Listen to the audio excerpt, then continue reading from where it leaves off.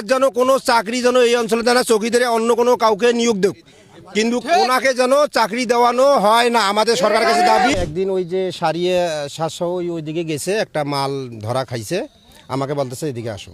আমি গেলাম, যে মালটা ধরলো আমাকে বললো সারিয়ে ডাইল ডাইল ফেন্সিটেল, তা উনি বলতেছে মালটা গণ, আমাকে গণতে দিল 150 পিস বা ডাইল সহ ওই আসামি দুইটাকে চালান দিল।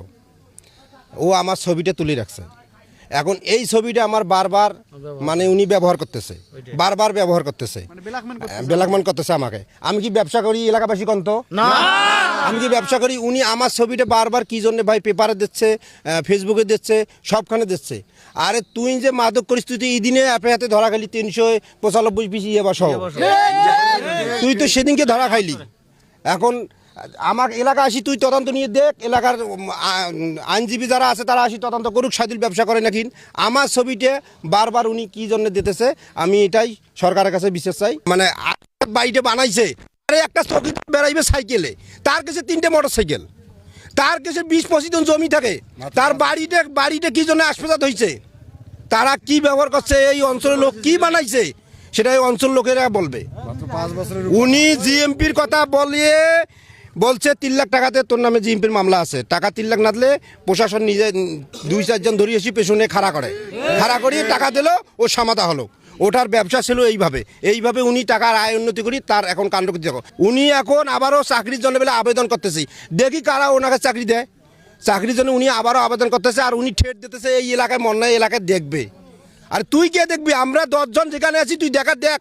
আর ওনার যেন কোনো চাকরি যেন এই অঞ্চলে যেন চৌকিদারে অন্য কোনো কাউকে নিয়োগ দেব, কিন্তু ওনাকে যেন চাকরি দেওয়ানো হয় না, আমাদের সরকারের কাছে দাবি। উইয়ের বাবা আওয়ামী লীগের সভাপতি, উনি এই এলাকা না হলে 15 জনকার টাকা তুলছে, এই জিএমবির নাম দিয়ে একটা পুলিশ সাথে দাঁড়িয়েছে, আসিয়ে এই মুহূর্তে টাকা দেওয়া লাগবে, যদি টাকা না দিস তো ধরি নিয়ে যাবে।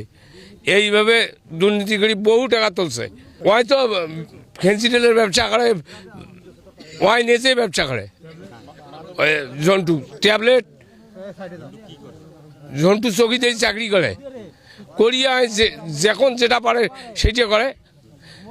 ভালো লোক একটা মনে করো কেস দেয়, মনে করো টাকা দিতে দেরি করলে দিলে কেস উইয়ের নামে, পুলিশের ভয় দেখায়, পুলিশ ধরিয়েছে, এইভাবে টাকা তোলে।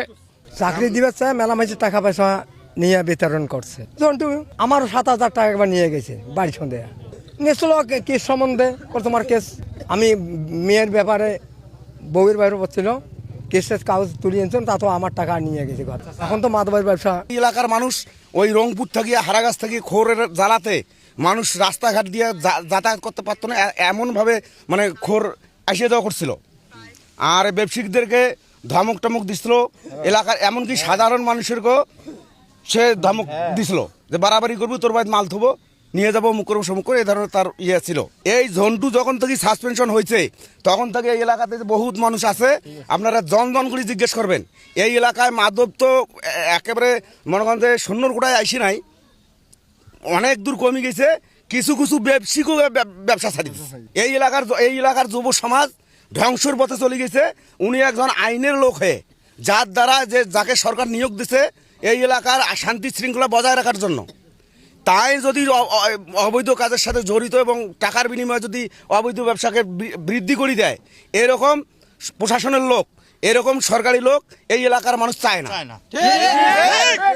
আমি সরকারের কাছে থানা বা জেলার ঊর্ধ্বতন কর্মকর্তার প্রতি আমি দৃষ্টি আকর্ষণ করে বলবো, আপনারা বিষয়টা সরেজমিনে তদন্ত করেন। তদন্ত করিয়া যদি এই কথাগুলো সত্য হয় তাহলে যথাযথ ব্যবস্থা গ্রহণ করবেন। এই কারণে এলাকার মানুষ শান্তিপ্রিয় মানুষ, শান্তিতে ঘুমাইতে চায়, শান্তিতে থাকতে চায়। এই এলাকার যুব সমাজকে মাদক মুক্ত দেখতে চায়। এই চৌকিদার পুলিশের সাথে হাত মিলিয়ে তারা বিভিন্ন অবৈধ কাজে লিপ্ত। এখন আমাদের দাবি হচ্ছে এরকম চৌকিদার আমাদের দরকার নেই, কারণ এদের দ্বারা আমাদের অনেক ক্ষতি হচ্ছে, যুব সমাজ অনেক। এখন আমরা যদি বাড়ি থেকে বেরানোর পরেই দেখতে পাই বাইরে থেকে লোক আসে, মাল খেতে আসে নাকি, গাঁজা, ইয়াবা, কি আমাদের গ্রামে যারা ব্যবসায়ী আছে যে মাদকাসক্ত আর কি মাদকের ব্যবসা করে তাদের সাথে তার মানে হাত হাত যোগাযোগ রয়েছে ওই চৌকিদারের ঝন্টু চৌকিদারের আর কি মানে এদের কারণে আমরা বাড়ি থেকে তো বেরোতেই পারি না। আর আমাদের গ্রামের আশেপাশে অনেক শিক্ষার্থী আছে, ছাত্র আছে, তাদের তো অনেক ক্ষতি হয়ে যাচ্ছে। কেননা আমরা বাড়ি থেকে বেরোলেই দেখতে পারি যে মাদকের গাড়ি। মানে আমাদের দাবি হচ্ছে এরকম চৌকিদার আমাদের দরকার নেই, কারণ এদের কারণে এইরকম চৌকিদারের কারণে আমাদের যুব সমাজ ধ্বংস হয়ে যাচ্ছে। সরকার চৌকিদার নিয়োগ দিয়েছে 9 নং ওয়ার্ডে, গঙ্গাসার 9 নং ওয়ার্ডে ঝন্টু মিয়া, এবং তিনি যে মাদকের সঙ্গে জড়িত এবং মাদকের অনেক লোক তার সাথে জড়িত এবং অনেকের কাছ থেকে সে টাকা নেয়। আমার প্রশ্ন হচ্ছে ঝন্টু মিয়ার কাছে যে ওই জায়গায় একজন যোগ্য চৌকিদার সরকার যদি নিয়োগ দিলে হয় তাহলে সে কখনো মাদকের সাথে জড়িত হইল নয়। ঝন্টু যে মানে মাদকের সঙ্গে জড়িত এবং এরকম কিন্তু শুধু ঝন্টু না, বাংলাদেশে অনেক চৌকিদার রয়েছে তারা কিন্তু মাদকের সঙ্গে জড়িত। তাই সুস্থ তদন্ত করে আপনারা প্রশাসনের কাছে আমার উদাত্ত আহ্বান, আপনারা সুস্থ তদন্ত করে আপনারা ব্যবস্থা নেন যেন আমরা যুব সমাজটা এই মাদকের হাত থেকে আমরা রক্ষা পাই আর আমরা মাদকের সঙ্গে যেন জড়িত না হই। যে সময়টা আমাদের পড়ার টেবিলে থাকা কথা সেই সময় আমরা মাদকের সঙ্গে জড়িত হচ্ছি।